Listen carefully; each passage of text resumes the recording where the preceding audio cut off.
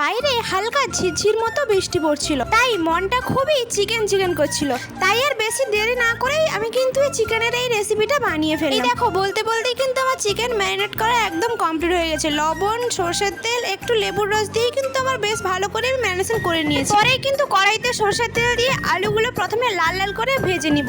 প্রথমেই কিন্তু আমি একটু সামান্য লবণ আর একটু হলুদ দিয়ে লাল লাল করে ভেজে নিয়েছি। পরে কড়াইতে কিন্তু আমি কিছু গোটা গরম মশলা দিয়ে দিলাম। তারপরে আমি পেঁয়াজটাকে কিন্তু দিয়ে দিচ্ছি।